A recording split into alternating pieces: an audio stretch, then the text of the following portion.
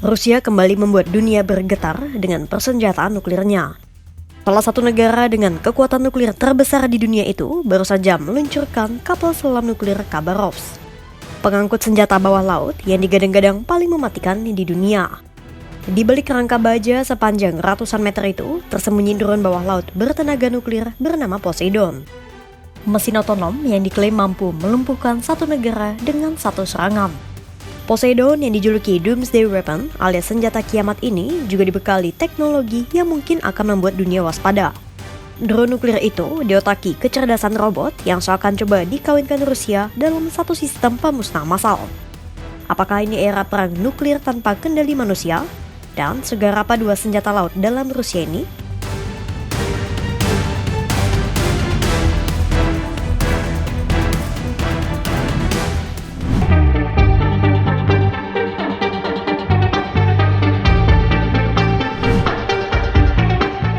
Menteri Pertahanan Rusia, Andrei Belousov baru saja meluncurkan kapal selam bertenaga nuklir Khabarovsk pada Sabtu 1 November 2025. Peluncuran dilakukan di Severodinsk, Rusia Utara, disaksikan para petinggi militer Moskwa. Dalam sambutannya, Belousov menyatakan kapal selam ini diciptakan untuk melindungi kepentingan nasional dan perbatasan laut Rusia. Сегодня для нас знаковое событие. Со стапеля прославленного Севмаша выводится тяжелый атомный ракетный крейсер «Хабаровск».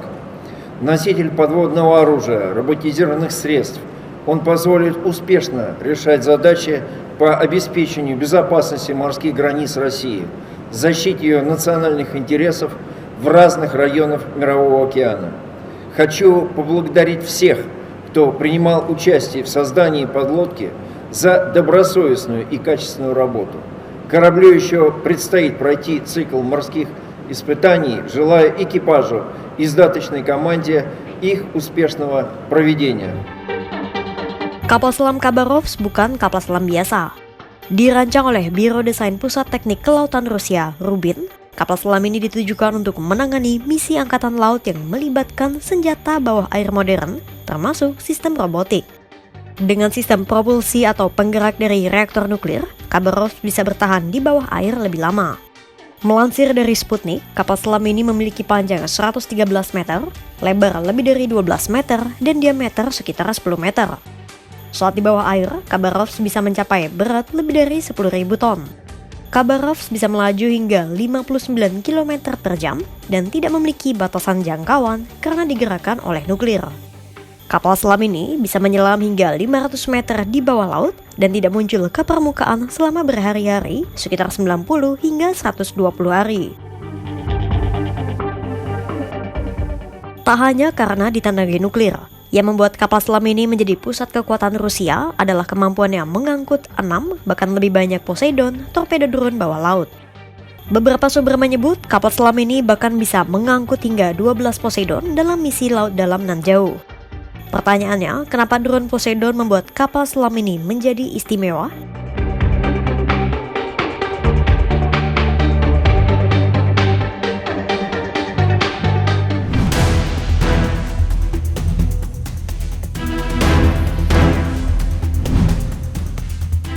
Tiga hari sebelum peluncuran kapal selam Khabarovsk, Rusia telah melakukan uji coba drone Poseidon pada 29 Oktober 2025. Uji coba dilakukan langsung di bawah pengawasan Presiden Rusia Vladimir Putin. Putin sesumbar bahwa Poseidon adalah kesuksesan besar bagi Rusia. Вчера провели еще одно испытание, еще одного перспективного комплекса. Это подводный безэкипажное подводное изделие «Посейдон», тоже с ядерной энергетической установкой. Впервые удалось не только стартовым двигателем запустить его с подводной лодки-носителя, но и запустить атомную энергетическую установку, на которой этот аппарат прошел определенное количество времени. Это огромный успех. Putin juga mengeklaim kemampuan drone yang dijuluki Doomsday Weapon atau senjata kiamat ini melampaui rudal terkuat Rusia, Sarmat atau Satan II. Meski begitu, reaktor nuklir Poseidon masih 100 kali lebih kecil dari reaktor nuklir kapal selam. Presiden Rusia itu mengeklaim saat ini tak ada senjata yang bisa melampaui dan mencegat drone Poseidon. Здесь в 100 раз меньше, чем на атомный реактор на подводной лодке. Но зато мощность Посейдона значительно превышает мощность даже самой нашей перспективной ракеты межконтинентальной дальности «Сармат». Такой в мире нет, как «Сармат». И у нас он очень на дежурстве не стоит. Скоро появится на дежурстве. Но Посейдон значительно превышает «Сармат» по мощности. И кроме того, по скоростям и по глубинам движения этого беспилотного аппарата в мире ничего подобного нет, в ближайшее время вряд ли появится, и способов перехвата не существует. Di Rusia, Poseidon dikenal juga sebagai kanyon. Poseidon adalah sistem multiguna kelautan status 6 atau torpedo bawah air otonom bertenaga nuklir yang mampu membawa hulu ledak nuklir. Dengan kekuatan nuklirnya yang memberikan jangkauan tak terbatas, kecepatan dan kedalaman drone itu membuatnya memiliki kemampuan siluman. Euronews melaporkan drone Poseidon memiliki panjang 20 meter, diameter 1,8 meter, dan berat 100 ton. Drone bawah laut ini bisa melaju dengan kecepatan sampai 54 knot atau sekitar 100 km per jam dan dapat mencapai kedalaman 1000 meter di bawah laut. Melansir dari Newsweek, Poseidon memiliki daya ledak hingga 100 megaton. Kekuatan ledaknya itu diklaim bisa menghancurkan sebuah negara. Sebagai perbandingan, bom nuklir di Hiroshima hanya 15 kiloton. Dampak ledakannya pun tak main-main. Karena hulu ledak Poseidon diduga termasuk dalam bom kobalt, maka kontaminasi radioaktifnya bisa berlangsung hingga lama. Nukemap memproyeksikan satu ledakan Poseidon bisa membuat area seluas 1.700 kali 300 km tidak dapat dihuni karena dampak radioaktifnya memicu tsunami nuklir. Pertanyaannya sekarang, kenapa Putin tampak semakin gencar memperkuat persenjataan nuklirnya?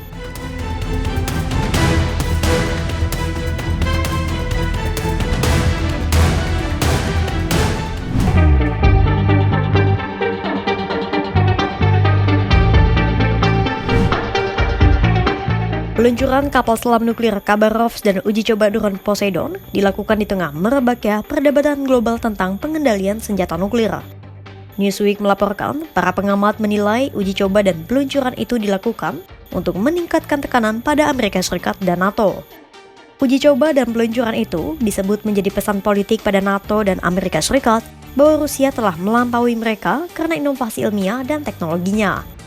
Sementara Euronews menyebut sejumlah persenjataan nuklir super milik Rusia itu diciptakan sebagai tanggapan atas strategi Amerika Serikat untuk membangun perisai pertahanan rudal.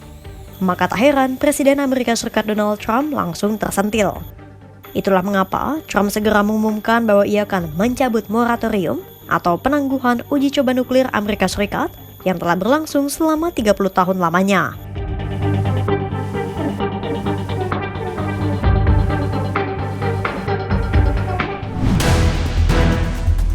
Dunia seolah kembali ke babak baru perang dingin. Tapi kali ini, perlombaannya tak lagi soal jumlah hulu ledak, melainkan siapa yang paling cepat berinovasi dalam nuklir dengan kecerdasan mesin. Khabarovsk dan Poseidon adalah cara mutakhir Rusia mengawinkan dua teknologi senjata yang berhasil membuat dunia kembali tercengang.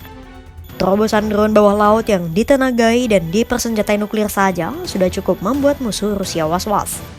Kini, ditambah otak robot, membuat Poseidon mungkin jadi taji terkuat yang pernah dimiliki pasukan Putin.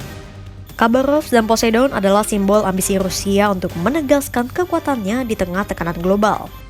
Duet Khabarovsk-Poseidon bukan sekadar simbol kekuatan, tapi juga pesan bahwa Rusia siap memimpin babak baru perlombaan senjata dunia.